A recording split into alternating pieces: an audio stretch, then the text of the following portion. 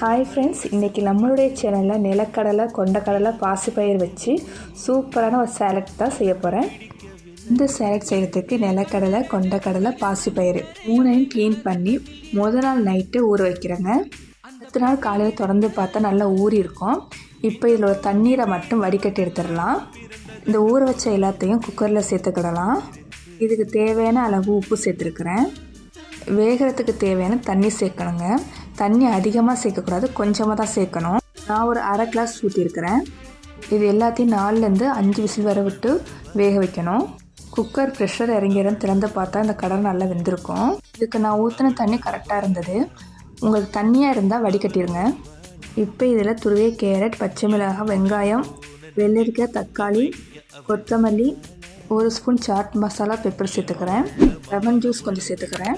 இப்போ சூப்பரான salad ready ஆயிடுச்சு.